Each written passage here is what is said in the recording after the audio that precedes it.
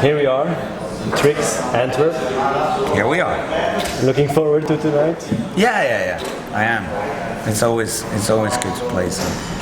Now you're going on a European tour. You already had some shows in Denmark, Germany. How did they go? How was the audience? It's been all gigs so far. It's been really good. It's been Germany has been like crowd-wise. That's where most people would. We played a lot more in Germany than we did, for instance, in Denmark. We haven't played much in Denmark at all. But all the shows have been really good.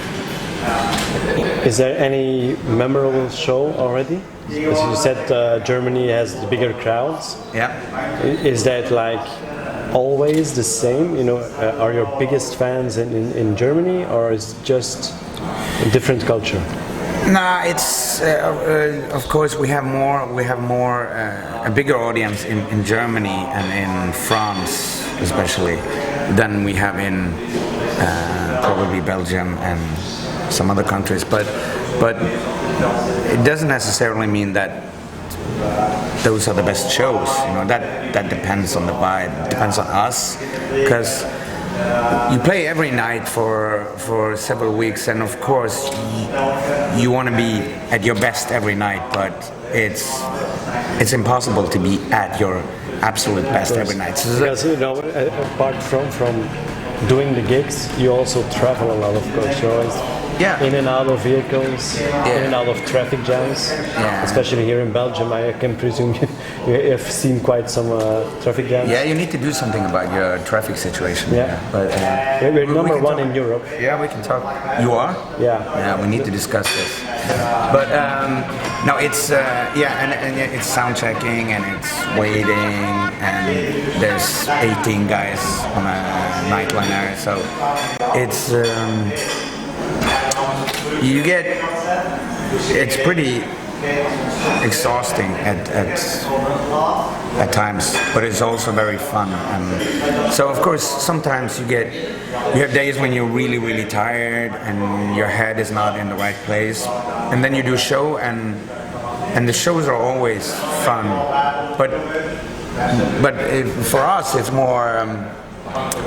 more a feeling, because I think the audience go like, yeah, that was a really good show, and if they went to the next one they would say, yeah, that was also very good. And for us it can be that one show was really good and one was like, that was not a good show, and it's not because of the audience or the number of people coming to our shows. It's more what we feel, how we feel about how we communicate on stage and how we play. So it's perhaps strangely put, but isn't going on a tour together for several weeks, isn't that like a relationship test? You know, like going on Temptation Island as a couple? Yeah, it is. Because that like was a you good said, comparison. Like you said, it's 18 guys on nightliner, several weeks, every night performing, get tired, you get a bit crampy. Yeah, it is, of course, but and on a tour, of course, there are tensions because people are tired and you basically live on top of each other. So sometimes you can get some tension on tour, but people are usually how to put it? They're usually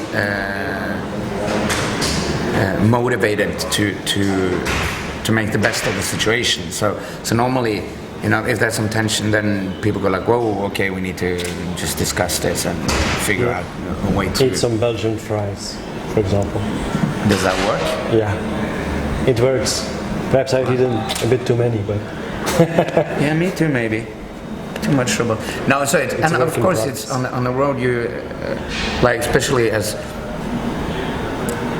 maybe a bit more for singers, because you can do many shows and your voice can be really on top, and then you wake up one day and your voice is really tired, not necessarily because you don't have to be sick or anything. It's just like you know, it's been worn and it's tired. So on tour it's always like that. You have some gigs where you're a bit more tired, and then you get up again, and then you do a bunch of gigs, and then you have one show where it doesn't work as well as you want it to do. But that's just the way it is, and you sort of have to live with that, because it's not a guitar. You can't just tune it and then it works perfectly. Yeah. So in general, it's being on tour is, I love it. I love touring. I think it's one of the most enjoyable things I can do.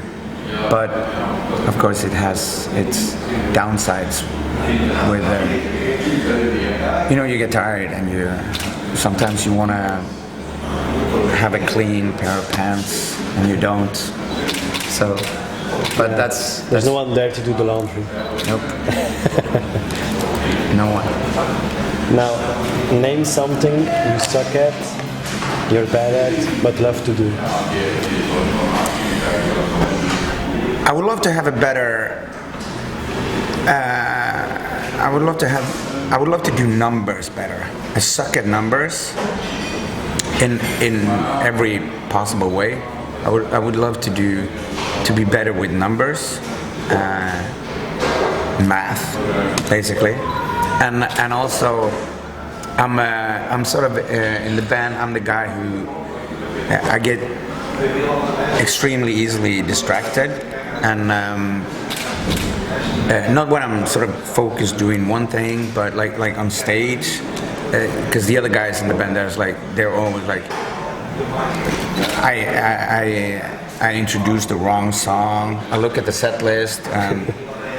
You get distracted. Yeah. By the time you get to the mic. Yeah, by the time I because we opened with a song called "Blaze of Ashes," and then we played another one, and then we were going to do the third song. I looked at it, and I looked at the song title, and by the time my head reached the microphone, "Blaze of Ashes" was back in my head. So I introduced that, and you can hear behind me go, "Dude, we've already played that." Yeah, right. So I would love to be better at remembering things and doing numbers. Apart from that, I think I can. I'm not a genius, but I can get through life without too much trouble. But numbers and memory could be better. Now, of course, last year you released an album. What is the most enjoyable time for you working on an album? Is it writing the songs, recording in studio, or like this, going out on gigs, performing the album, performing the songs? I prefer to perform them, but I love all sides. It's like one of my guitar players earlier, he sort of changed his tune a bit, because now we record everything live. We just mic up everything, box in the amplifiers, and record live, and then just do overdubs. And if someone fucked up on a good take, then we can go in and edit just that guitar part or bass part or whatever. Does that relieve the stress or just amplifies it? For us, it's much more fun, so it relieves it. But I think earlier, when we sort of recorded the way we did earlier, where you do the drums and then you add the bass and then the guitar, and that takes shitloads of time, and you sort of have the opportunity to question everything all the time, which is. You get to be the ultimate critic on your own. Yeah, work. which is good, of course. But I also think that it's not necessarily a good thing, because I think a lot of I've always been a huge fan of the subconsciousness. I think what you do, if you just don't overthink it, just do it, then Carpe diem. Yeah, and usually, when you write or you record, you can do like different versions. You usually end up with the first or the second one, even though you do 32 versions. You end up going like, fuck, it was best the first or the second time. So, but back when we recorded like that, Thomas, our guitar player, we would do an interview, and the guy said, well, what do you enjoy most, recording an album or playing live? And he said, I enjoy playing live. recording an album is like going to the dentist to have your teeth pulled out, because he hated it. It was like, but now he enjoys it because we changed the way we record. But in general, that's my. I like all of those things, but of course you get a bigger rush out of playing live. So that's top one. That has been top one. Now, name a cartoon character you'd love to be. If you could be any cartoon character. I would. I don't know if I'd love to be him, but going back to what I said about easily being distracted, I would probably be Homer Simpson if I was a cartoon character.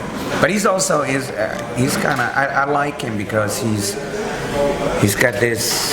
He's stupid, fair enough. But he's also he's got this naive view on life, which I kind of like. So I would probably. I'm not sure if I want to be, because I say to my wife every now and then that that he's Homer Simpson, kind of an idol for me, and she always goes like, "I'm not sure if that's a good thing, honey," you know. So but Homer Simpson, yeah, I would be Homer Simpson, or maybe what was that? Johnny Bravo. He was pretty. He was stupid too. Damn, I just want to be stupid people. When I call you when I think of a bright. A bright answer to that. Yeah. Now, do you still remember the very first record you ever bought as a small boy? Yeah, I do. Because my dad was a musician, so he gave me albums. But the first, like when I had money and bought my own, I actually bought two.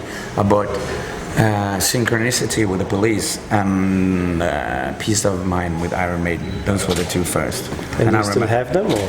I still have them. They're worth a lot of money. Yeah, still have them. So that's something unique you have in your collection? Yeah, it's the only two you have in your collection. That's also possible. Those are the only two albums I ever bought. I bought those and then I was like, nah, this is not for me. No, I bought a lot of albums over the years, and I sold a lot of albums, and I lost a lot of albums, and I've given away a lot of albums, but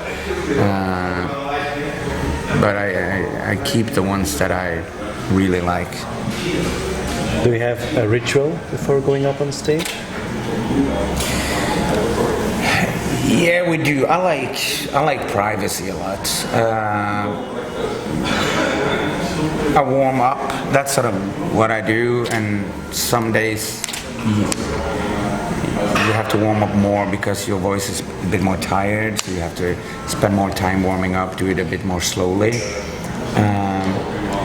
Thomas, our guitar player, he always sits with his iPad and a headset and watches live DVDs with Van Halen, Kiss, and Black Sabbath. Get in the mood. Yeah, he does that.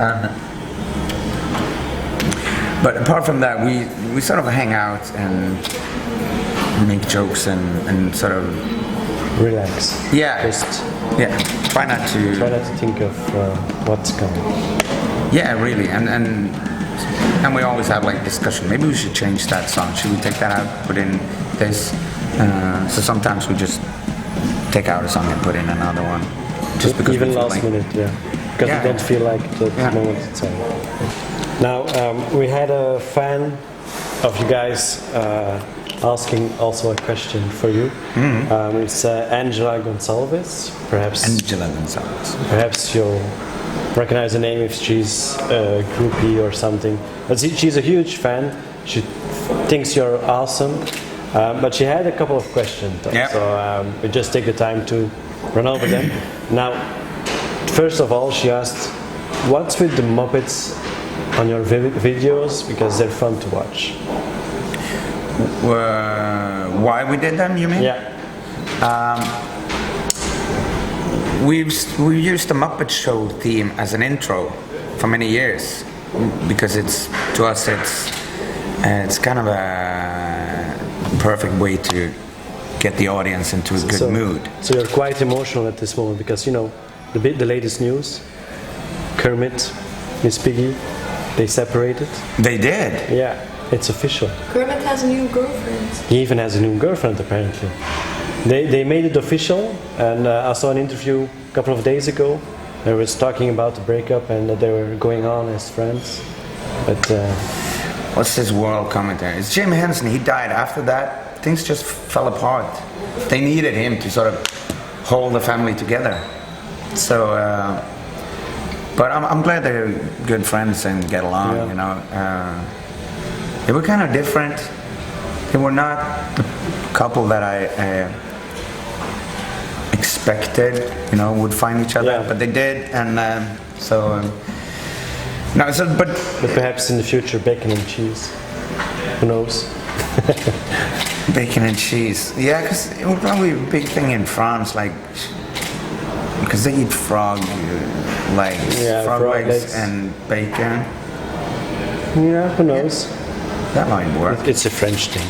It's a French thing. We don't get it. No, and that's what we came up with the idea of, like, we should like make a video that had a Muppet Show-ish thing to it, and we kind of grew from there. And then we, you know, the Muppet Show, they always have like a guest, a famous guest. It was always the interaction between. It was the Muppets Tonight Show. Yeah, I remember those with Sylvester Stallone who came by. Yeah, it was all in Rocky team.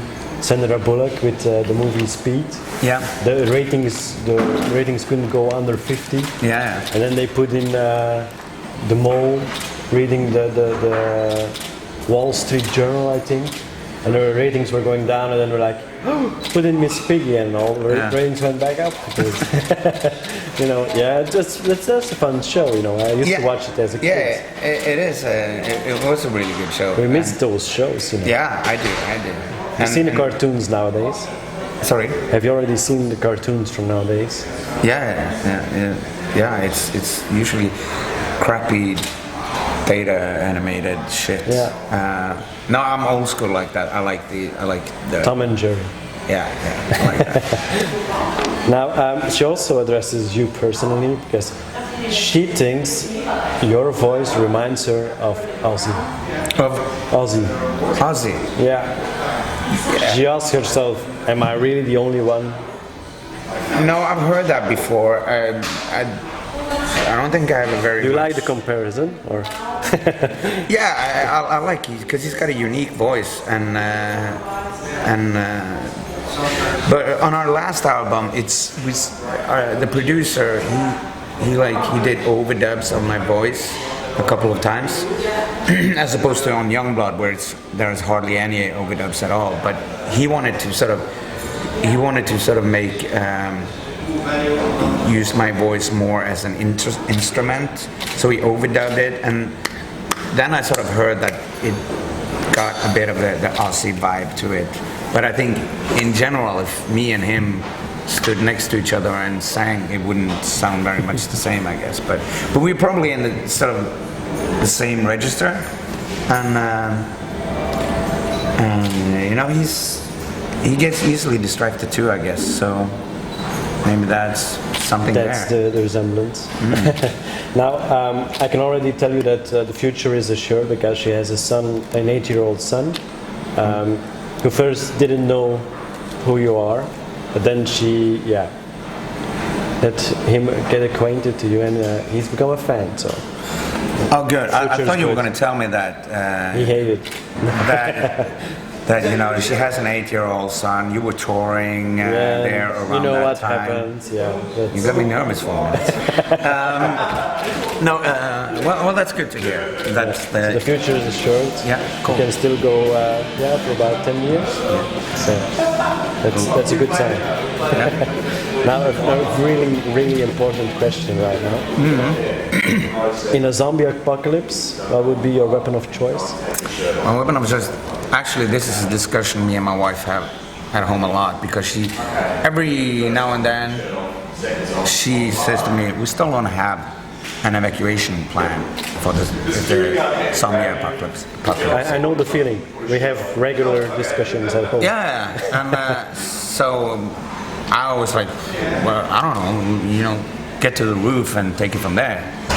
And but my weapon of choice, I think it would have to be something something, because you have to go for the brains. Yeah, my wife is very. This is a big issue for her with this whole zombie thing. I'm thinking not to be like a party pooper or anything, but I'm not so sure this shit is gonna happen. So You just jinxed it, I think. No? maybe I just did. Yeah. Can you give me that spear, please? I think Mike has some. Yeah, cool. Now, last question. What can we expect next year? Already some big plans? I think next year, what you can expect next year. Well, the Things you can economy tell. in China is they're struggling there. I think So Russia economical crisis in China. in China. Okay. I think Putin in Russia is going to go off the rails at one point and do something Yeah. With bad. his Nazi gold they found, perhaps. What? They found the Nazi gold in Poland, perhaps. Yeah. There's a link. Maybe there's a Putin link. going off the rails. Yeah. And it's probably going to rain more because the Global warming. Yeah. Yeah.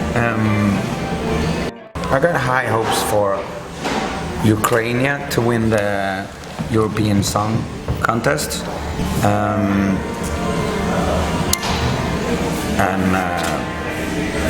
Those are like some of the smaller things that are going to happen. It's going to affect us a bit, but of course, on the in the bigger picture, like more major important things, I think we as Audrey Horne will probably make a new album, and I have no idea what that's going to do to the whole Mankind in general. mankind in general. One small step for man, one giant leap for mankind. No, for me. For you, Yeah, for personally. me. Okay. Yeah, we're writing songs at the moment. We've written a bunch, but we need to write a lot more. And then we're going to record an album at some point next year. And then do more touring and get older. Circle of life. Circle of life, yeah. Okay, that's a nice closure for the interview. Of course, we wish you the best of luck later on tonight, Thank you. and of course with the rest of the tour coming up. Thank you. Enjoy every moment of it. Yeah, it's And, going to be good. We're going to Spain. We're doing 3 cities in Spain, 1 in Italy. We're going to Marseille in the south of France. So this time of the year, it's not the worst places to be. Yeah, So I think it's that's- going to be good. That's a fact. It's going to be And hot. if you get into discussion in France about the French fries, Yeah, they're not French, they're Belgian. they're Belgian. Yeah, I will Just- remind them yeah. every day. Do so. You know, they changed the lyrics during the 9/11 concepts. They did change it from free fries instead of French fries. Yeah, So, yeah, but that's that's American another propaganda for you. story. Yeah, that's all. It's not understood. necessarily smart, No. but free fries. It's not a solution. No, it's not. It's not. But what's the point? You want them to take? You want to take the name back? Belgium fries? No, it's French fries. In fact, is too French to cut the potato. So it's got nothing to do with France Got at all. nothing to do with France. But See, I didn't know that. Yeah, but watch out, because they kind of they do as they possess fries. But now you've been to Belgium for the first time, so it's ours. Yeah, it is, and I'm gonna remind them every day. It's a knife thing. It's a cutting thing. Yeah. It's got nothing to do with your country. Get over it. Get over it. Here, have a Belgian beer. Have a Belgian beer. Yeah. Well, you're good on beer. What's your favorite? I don't remember the name, but it was like a sour beer with. It sounds awful, but it's got cherry taste, but it's not the Kriek. sweet. Kriek. Yeah, Kriek. And Yeah. it's a small bottle, and I think it's got like a Red- champagne red. cork, doesn't it? Yeah, but you have different versions of Creed, but that's the only one with cherry taste. Yeah, and it's really sour and fresh. That is a really good beer, in my opinion. Now, of course, good luck tasting the other beers. Thank you. And even more luck on the show tonight. Thank you. Okay, till next time. Till next time.